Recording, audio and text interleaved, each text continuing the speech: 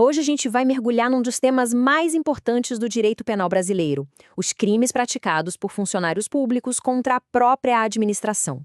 Vamos desvendar juntos esse assunto que parece complexo, mas que com um bom guia fica bem mais claro.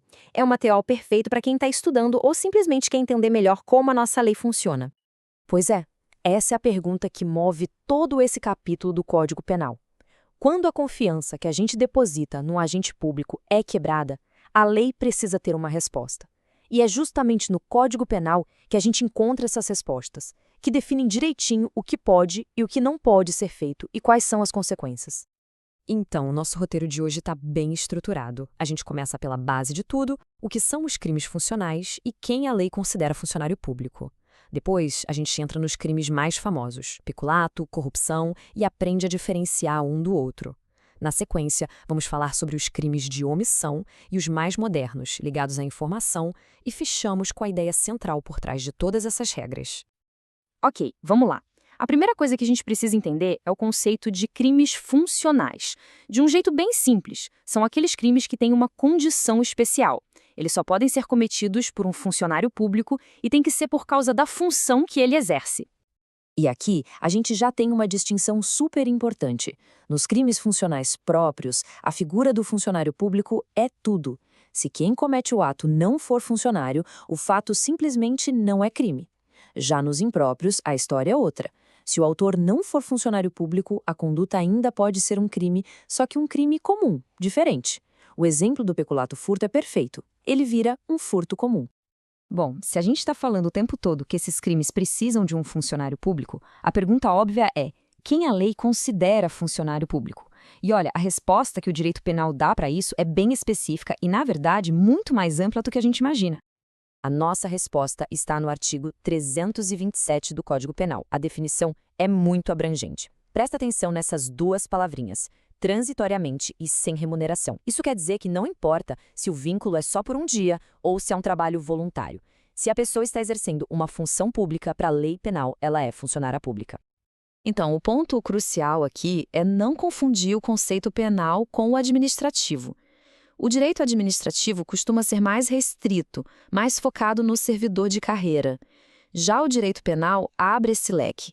E essa diferença é fundamental, porque é ela que vai dizer quem pode ou não responder por um crime funcional. E para a gente ter uma ideia clara dessa amplitude, olha só esses exemplos. Pois é, estagiários, mesários numa eleição, jurados num tribunal, até mesmo o médico de um hospital particular que atende pelo SUS. Todos eles, para a lei penal, são considerados funcionários públicos enquanto exercem aquela função. Agora que a gente já construiu essa base, vamos entrar no coração do assunto.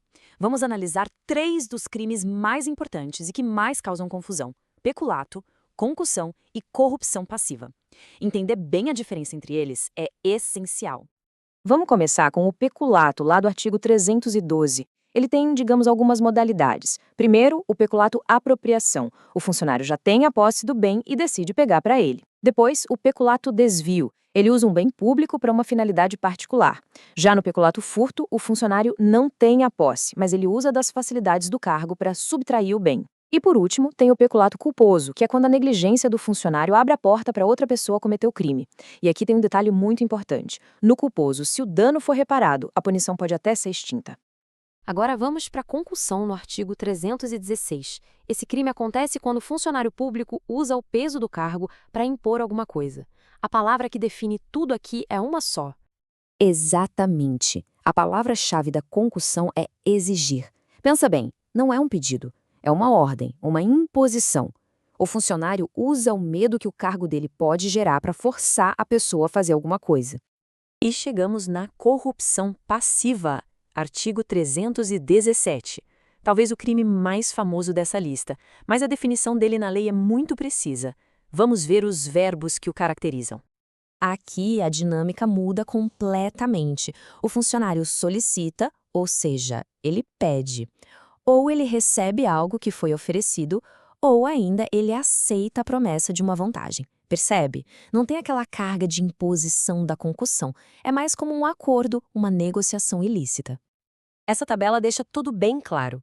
De um lado, na concussão, o verbo é exigir. A ação é de coerção.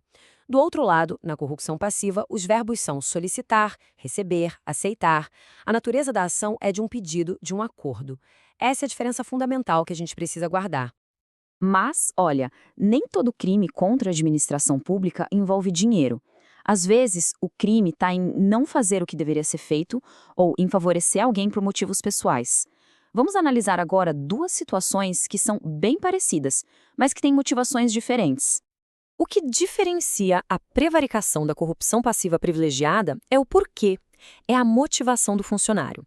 Na prevaricação, ele age para satisfazer um interesse ou um sentimento pessoal, tipo vingança ou para se dar bem. Já na corrupção passiva privilegiada, ele age porque cedeu a um pedido ou a influência de outra pessoa. É o famoso quebrar um galho para um amigo, sabe? A condescendência criminosa é um crime bem específico. Acontece quando um chefe, por um sentimento de pena ou tolerância, que a lei chama de indulgência, deixa de tomar providências contra um subordinado que cometeu uma irregularidade. Para esse crime acontecer, precisa ter essa relação de chefia e essa motivação de deixar para lá. Hoje em dia, a administração pública depende totalmente de sistemas de informação e de dados. Por isso, é claro que o Código Penal também precisou criar regras para proteger tudo isso. Vamos dar uma olhada em dois crimes que são cada vez mais importantes. Vamos a dois crimes bem atuais. O primeiro é a inserção de dados falsos. Basicamente, um funcionário que tem acesso ao sistema entra lá e altera alguma informação para tirar vantagem. E um detalhe, o crime já acontece no momento da inserção do dado falso. Não precisa nem que a vantagem seja obtida. O segundo é a violação de sigilo funcional. O nome já diz tudo. É quando o funcionário revela uma informação secreta que ele só ficou sabendo por causa do cargo que ocupa. Depois de passar por todos esses crimes, é importante a gente entender o porquê de tudo isso. O que o legislador queria proteger no fim das contas quando criou todas essas regras. Essa súmula do STJ é muito reveladora. Ela diz que para esses crimes não vale o princípio da insignificância. Aquele que diz que se o dano for muito pequeno, nem é considerado crime. E por que não vale? Porque o problema aqui não é só o valor material. O que se protege é a moralidade administrativa, a confiança no sistema. E esse é o ponto central. O maior prejuízo de um ato de corrupção não é necessariamente o dinheiro desviado, mas sim a quebra de confiança da sociedade nas suas instituições. Essas leis existem para proteger a própria base de um Estado que funciona bem. E para a gente fechar, fica aqui uma reflexão. Conhecer a lei é fundamental, claro, mas a gente sabe que a verdadeira prevenção vai além. Qual é o papel da ética, dos valores de cada servidor, na construção de uma barreira contra esses desvios? Fica aí uma questão para a gente continuar pensando.